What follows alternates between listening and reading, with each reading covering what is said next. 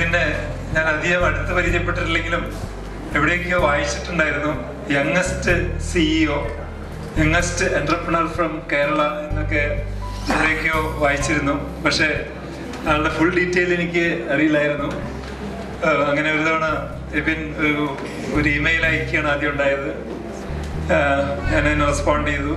എബിൻ ഓഫീസിൽ വന്നു. അപ്പോഴാണ് ഇത്രയും ചെറുപ്പക്കാരനായിട്ടുള്ള, അതായത് ഇപ്പൊ വേണമെങ്കിൽ വയസ്സ് പറയാലോ അല്ലേ, 23 ആവാൻ വഴിയുള്ളൂ അല്ലേ, 25, 24 കഴിഞ്ഞിട്ടുള്ള ഒരു ചെറുപ്പക്കാരൻ ഇതുപോലൊരു നല്ലൊരു സ്ഥാപനം നടത്തുന്നു. അതും വളരെ അച്ചടക്കത്തോടു കൂടി, അല്ലെങ്കിൽ വളരെ പ്ലാനോട് കൂടിയിട്ട്, വളരെ ഫ്യൂച്ചർ വിഷനോട് കൂടി നടത്തുന്നതെന്ന് എന്നെ അത്ഭുതപ്പെടുത്തി. കാരണം ഇവന്റെ ഈ പ്രായത്തിൽ എനിക്ക് ഇത്ര മെച്ചൂരിറ്റി ഉണ്ടായിരുന്നില്ല എന്ന് എനിക്ക് തോന്നുന്നു. തീർച്ചയായിട്ടും എബിനിൽ ഞാൻ ഒത്തിരി ഫ്യൂച്ചർ കാണുന്നു. കാരണം എബിന് ആ എല്ലാ ചേരുവകളും ഒത്തുചേർന്നിട്ടുണ്ട്. എബിൻ ആള് കുറച്ചൊരു നാണം കുണുങ്ങിയാണെന്നൊക്കെ ഉണ്ടെങ്കിലും കാര്യങ്ങൾ പറഞ്ഞ് ഫലിപ്പിക്കാനായിട്ട് ഉള്ള സമയം, അതായത് 10 മിനിറ്റാണ് കൊടുത്തെങ്കിലും 5 മിനിറ്റാണ് കൊടുത്തെങ്കിലും 5-10 മിനിറ്റിന്റെ ഉള്ളിൽ കൃത്യമായിട്ട് എന്തൊക്കെ പറയണം, എന്തൊക്കെ പറയണ്ട എന്നൊക്കെ വളരെ വ്യക്തമായിട്ട് എൻ്റെ അടുത്ത് എക്സ്പ്ലെയിൻ ചെയ്തു. എനിക്ക് IIM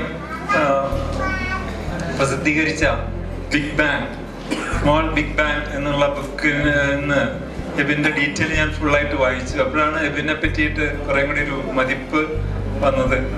എബിൻ ക്രാഫ്റ്റ്സ് ഇത്രയും ഒരു 4 വർഷം കൊണ്ട് തന്നെ, അല്ലെങ്കിൽ 3 വർഷത്തിന് ശേഷം ഇത്രയും ഉയർന്ന നിലയിലേക്ക് വളർന്നിട്ടുണ്ടെങ്കിൽ അത് ആ ലീഡർഷിപ്പ് ക്വാളിറ്റിയാണ് അതിനകത്ത് കാണിക്കുന്നത്. തീർച്ചയായിട്ടും ഞാൻ എല്ലാ വേദികളിലും പറയാറുള്ളത് പോലെ ഒരു സ്ഥാപനം വിജയിക്കണമെങ്കിൽ അത് ഒത്തിരി ചേരുവകൾ എൻ്റെ ഒരു മിക്സാണ്. അല്ലാതെ സ്ഥാപനം വിജയിക്കില്ല. കുറെ പണം ഉണ്ടായതുകൊണ്ട് ഒരു സ്ഥാപനം വിജയിക്കണമെന്നില്ല. അതേസമയം ക്രിയേറ്റിവിറ്റി മാത്രമായതുകൊണ്ട് ഒരു സ്ഥാപനം വിജയിക്കാറില്ല. അതിനകത്ത് ക്രിയേറ്റിവിറ്റി വേണം, ഫിനാൻസ് റീസണബിളി സ്റ്റേബിൾ ആയിരിക്കണം,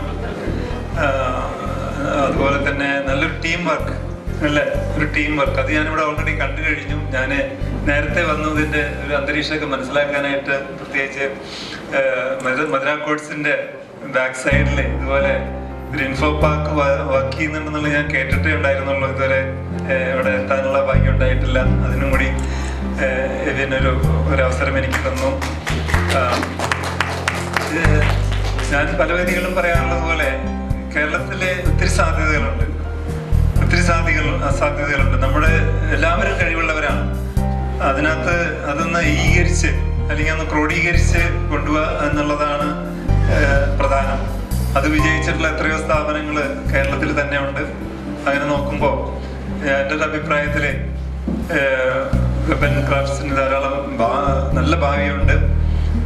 ഞാൻ നേരത്തെ പറഞ്ഞ മാതിരി ആ ചേരുവകൾ, അതായത് അത് എന്താ പറയുക, ടീം വർക്കിൻ്റെ കാര്യത്തിലായാലും ക്രിയേറ്റിവിറ്റിയുടെ കാര്യത്തിലായാലും കൃത്യനിഷ്ഠയുടെ കാര്യത്തിലായാലും ശരി, അല്ലെങ്കിൽ ക്വാളിറ്റി കോൺഷ്യസിൻ്റെ കാര്യത്തിലായാലും ശരി, ആഫ്റ്റർ സെയിൽ സർവീസിൻ്റെ കാര്യത്തിലായാലും ശരി, ഒരു മുറുകെ പിടിക്കുന്ന ആദർശങ്ങൾ തീർച്ചയായിട്ടും അത് ഗുണം ചെയ്യും. എനിക്കറിയാം, ഇവിടെ നമ്മളെല്ലാവരും ഒത്തുകൂടിയത് ഒരു ദീർഘിച്ച ഒരു പ്രസംഗം കേൾക്കാനൊന്നല്ല, ഒരു ഒത്തുകൂടലാണ്. ഇങ്ങനെ 4ാം ജന്മദിനം ആഘോഷിക്കുന്ന വെബൻ ക്രാഫ്റ്റ്സിന്റെ എല്ലാ മംഗളങ്ങളും നേരുന്നതോടൊപ്പം തന്നെ എബിന്റെ പേര് കേരളത്തിലെ ഉയർന്ന് കേൾക്കുമെന്ന് എനിക്ക് നല്ല ഉറപ്പുണ്ട്. ഞാൻ നിർത്തുന്നു.